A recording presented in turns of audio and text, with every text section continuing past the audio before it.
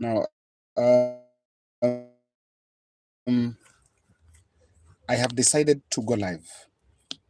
Yes, I have decided to go live from Muranga University. Currently, as I speak, I'm in Muranga.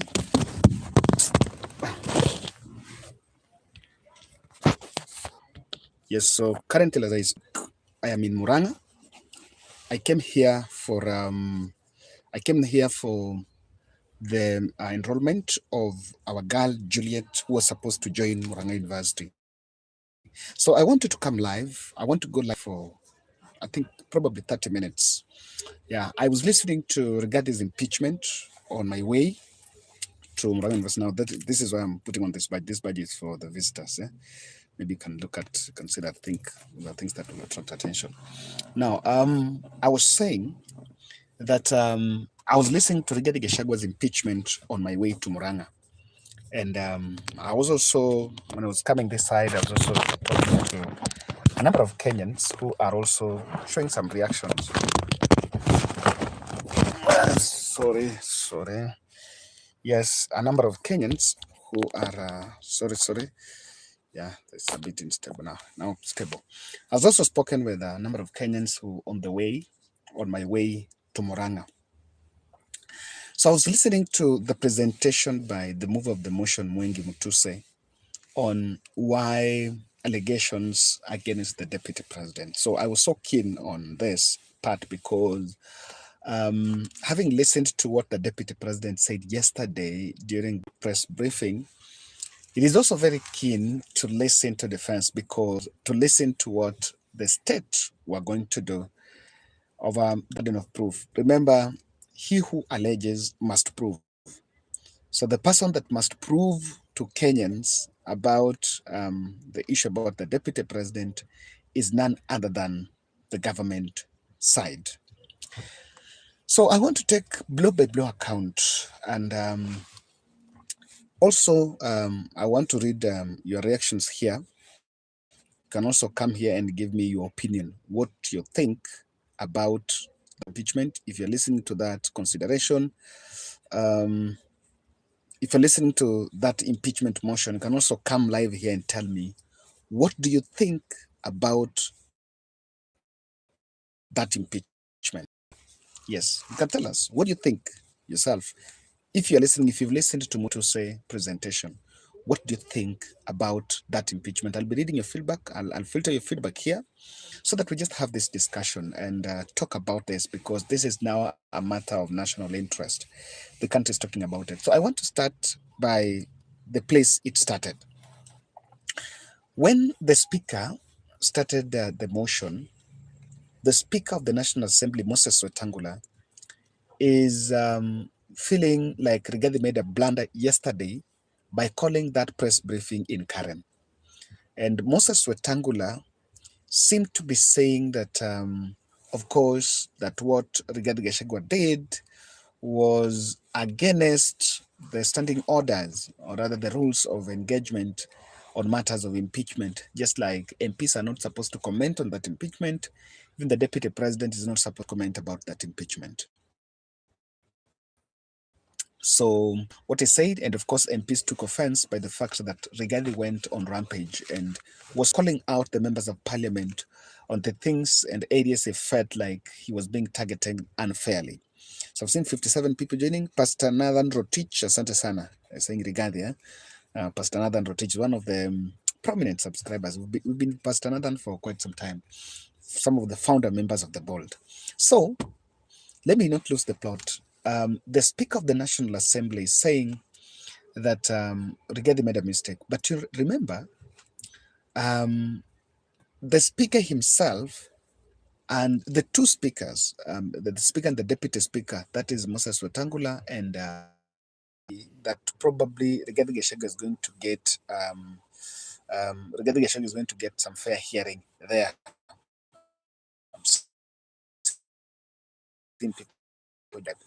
So Wetangula anasema kwamba the deputy president afai made that press briefing yesterday. But remember, Wetangula himself had made the blunder kwa sababu yeye na Gladys Boss Sholei, they had made a statement. They had issued a statement and said that they're going to impeach the deputy president. So to that end, I find it's a bit unfair to hit Rigathi on that. Remember, Rigathi also have tool at disposal. One of the tools at Rigathi's disposal is the people of Kenya. So he wanted to carry along the people so that even if the MPs are going to impeach him, he'll still have a way to carry on the members of public. Now, I want to take account by account of what Mutuse have said about the deputy president. Let me use the first claim of shareholding. Peter Gishanga asema nyani haoni kondole. True.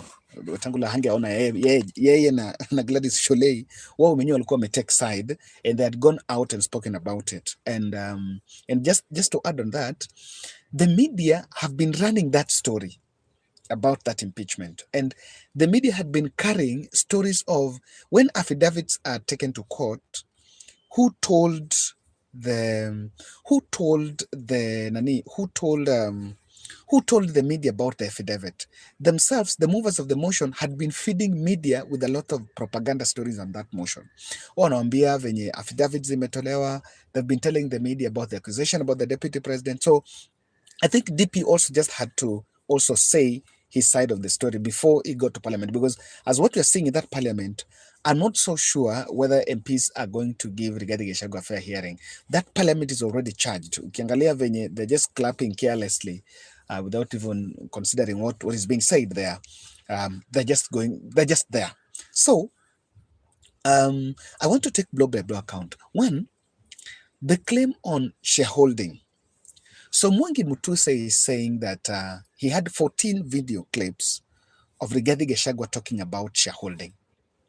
And to that end, it is politics of segregation, and it's isolating some other people from other parts of the country from government. True as he may say, and I want to tie that shareholding and the claim on the affidavit by Mercy Wanjau, the affidavit of Fidel Nyamogo is saying, how can they be questioning wealth of the DP while CS, they vetted increased their wealth within 2 years by 100 million and no one knows where they got them? Okay, very good question. We'll get into that. My channel, Holy Mindset TV,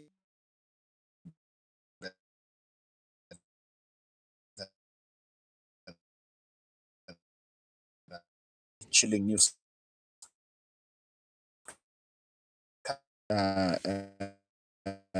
Internet's not stable, that's why inaenda ikirudi, but I wish itakuwa tu vizuri. Pastor Nathan, Raila winning always. Remember how Rigathi and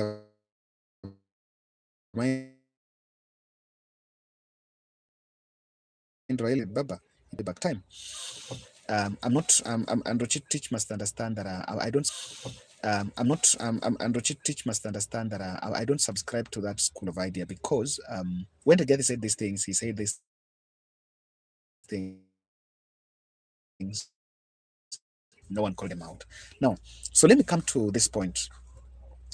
On that shareholding, when Rigathi said shareholding, Mutuse is saying he has 11 clips of Rigathi calling the government of Kenya as a company. And in those 11 videos, 14 videos, nearly all of them, or 10 out of those 14, Rigathi spoke about shareholding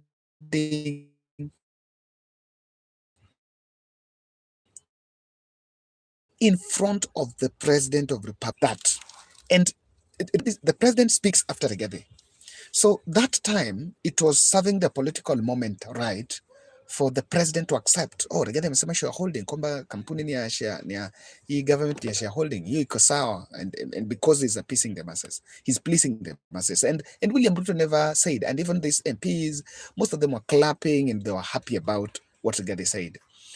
So at that end, there was that collective responsibility that the same way Rigathi said shareholding, Ruto and the team needed to come and denounce that, oh, hiyo kitu anasema ni mbaya, it is not what we really stand for. Then secondly,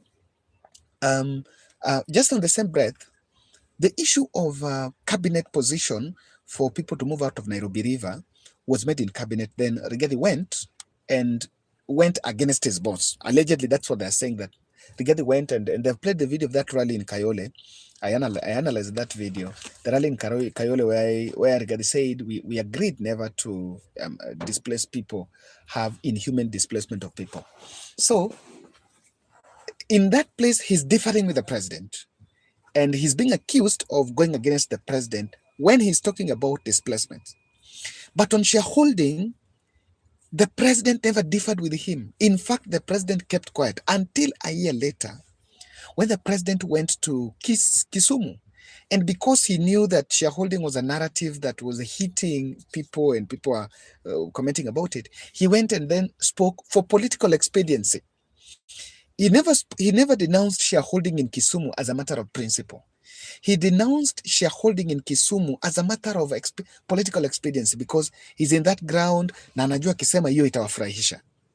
So if Kenya Kwanza want to tell us that the president feels bad about that shareholding, of those 11 videos, one of the things that would have happened ni kwamba kwa one of the videos, Rigathi akisema hiyo mambo ya shareholding wakiwa na yeye, wakiwa na the president himself would have come out and denounced.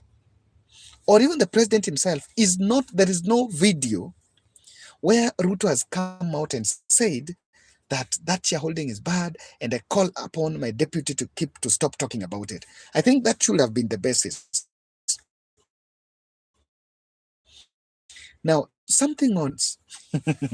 Mwangi Mutisa is saying that Rigathi Gachagua projected himself as a man who is taking the plight of the people and is keen and do not make mistakes. Anasema kwamba hiyo ndio kitu Rigathi amesema. That is what Rigathi is telling the people. Rightfully so. But, or rather, something very keen that probably he missed out, or something very keen that he mentioned that Rigathi should not lie to the country while he is the one that ordered demolitions in Mavoko.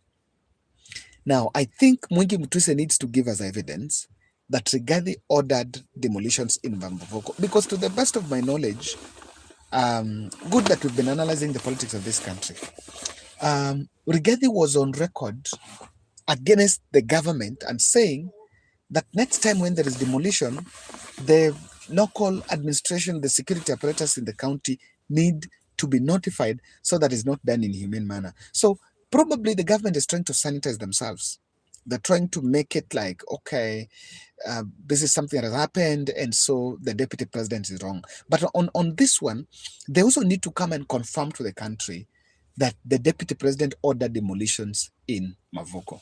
Secondly, the claim on intimidating Esther Maina. I like that.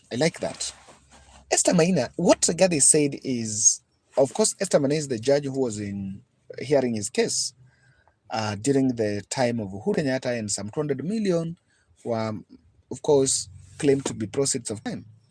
And that money was being taken by the state. So, what happened that time?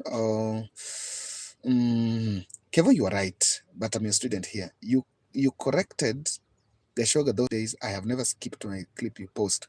Correct him again, Kevo. The mover always is untruthful and conniver. He said openly that he's a Serikali ya Kukora. He knows what truth is. Fine. And I corrected Rigathi by that time. It's very true, I corrected Rigathi. But, Jonathan, the president has never come out in public and denounced Rigathi. And that is why I'm telling you, the same principle of collective responsibility that Rigathi is being accused of in the other claim on displacement of people around Nairobi River, it will still apply to this shareholding, because when he said shareholding and the whole government and the cabinet ministers and the president were there and they never denounced him, that means that they were part of it. So they're just running away from it for the convenience of this impeachment. Now, let me go back to what I was explaining on I don't know where was I. Kindly remind me. I was talking about the issue of the Esther Maina. Esther Maina alikuwa anasikiza kesi ya Rigathi kuhusu some 200 million that had been taken from him, and Rigathi felt like there was some unfair hearing on his side. What Mwingi Mutweza is not telling the country, and us here we have to speak about it. What is not telling the country here is, at that time Rigathi was talking about Esther Maina, Justice Esther Maina, the JSC, Judicial Service Commission, nakuja Murang'a, already niko Murang'a. Even as that is why I'm putting this, I'm having this badge. Unaona imeandikwa Murang'a University, niko Murang'a already. So Juliet, I'm already here. Juliet is already going through with the administration process, the kuingia admission process. So akimaliza, we are going to do a short video so that he acknowledges what we have done. So nimwambia ingie, mimi nikishoot this video kwa gari. Now, what was I saying? I was saying that the Judicial Service Commission, led by Justice Martha Koome, Chief Justice Martha Koome, had asked the members of the public who have any petition against any judge to take them to JSC. Why was Martha Koome saying that?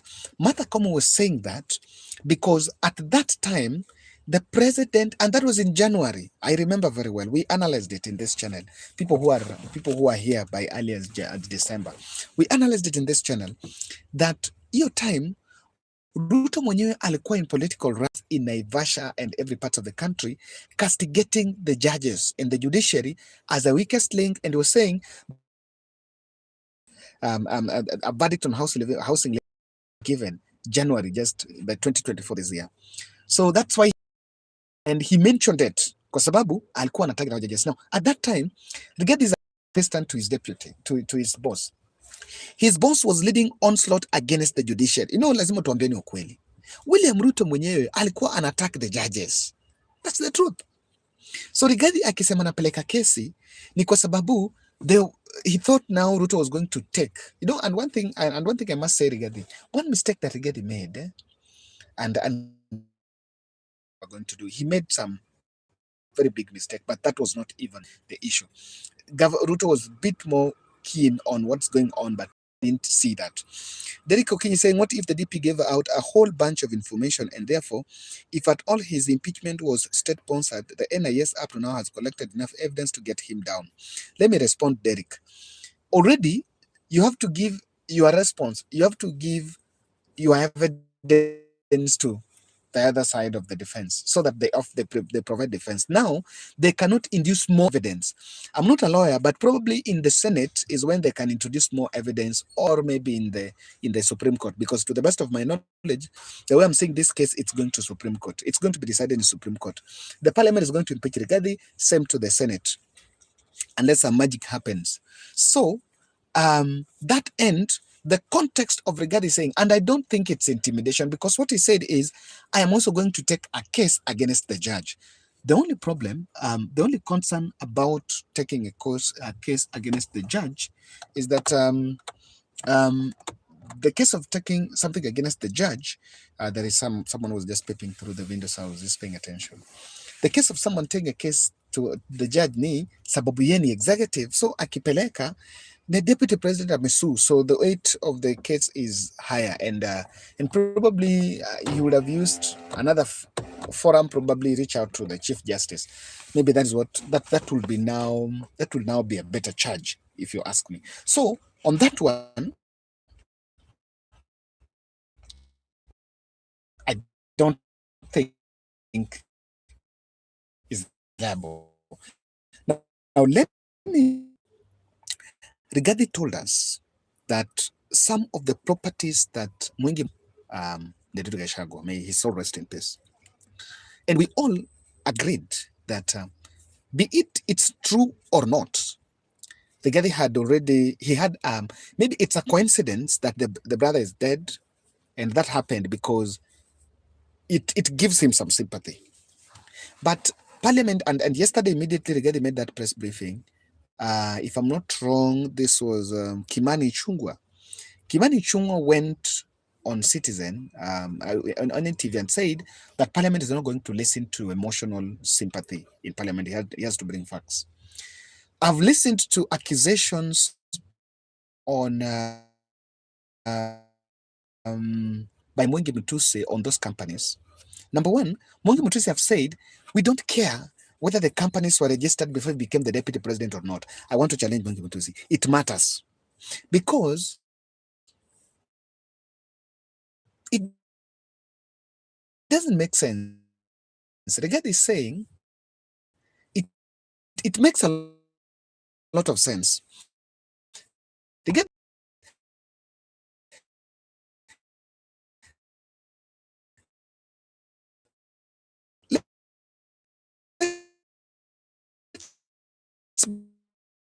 be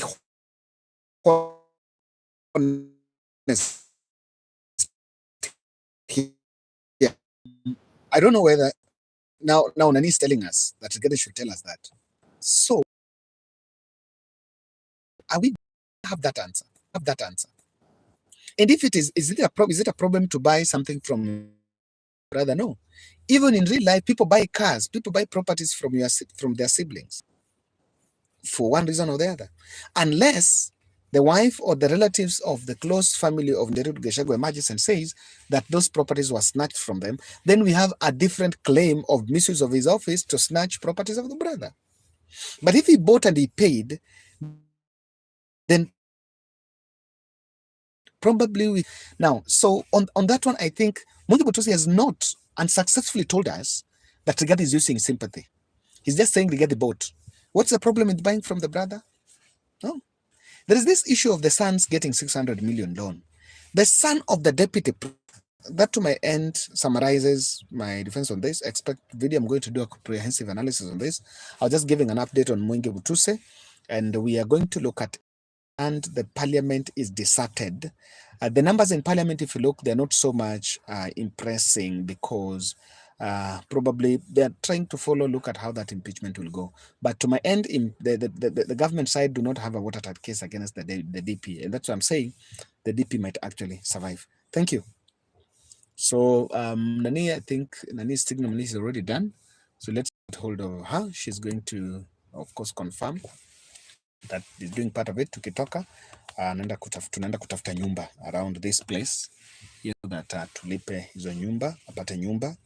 Then I believe that, and I'm so grateful, guys, for those who have really contributed to this. Yeah, we've really it's for the 2 weeks. For the 2 weeks, we've done 2 fundraisers, something I've never done. I only do one in a month. But for this month, I've done 2. We supported baby Becky from Kenyatta. We've now supported Becky, not Becky, Juliet is now joining Murang'a University. Yeah, doing agricultural engineering. And what really warms my heart is the fact that we make an impact. So the next project should be our Granny Care. Granny Care is one of our flagship projects under Bull Charity Network. And Granny Care, for our new subscribers, is supporting the elderly. And our intervention that we have picked now is on shelter. So we are working on Kilifi, and not Kilifi, Kitui. Yeah, I was told Kitui is really dire. We are working with some 2 local churches in Kilifi, in Kitui, still following up. And if in case of any changes, if we're going to a different county, we'll also expect. So we remain with the 2 Granny Care programs. We'll do the one in November, then we'll do the last one for this month in December, in probably another county before we close the year. So thank you very much, guys, and let's meet in the next video. I'm going to do a comprehensive analysis. There I might spend my day in Murang'a here. I might spend my day in Murang'a. I also want to hear what the people are saying this end, and we will really be grateful. Easy that I can travel back to Nairobi. I'm going to do the next video in the studio, but without that, if I don't go back, we'll shoot from here. And thank you very much, Derek, Kelvin Kisilu, Davy, Livingstone, Davy, Shangwe Milele, Pastor Nathan Rotich. Pastor Nathan Rotich is I think, subscribed in 2022, if I'm not wrong. He's been here for, yeah. I know, baseless accusations, true. Some of those accusations are a bit baseless. Guys, thank you. Let's meet in the next. Asanteni.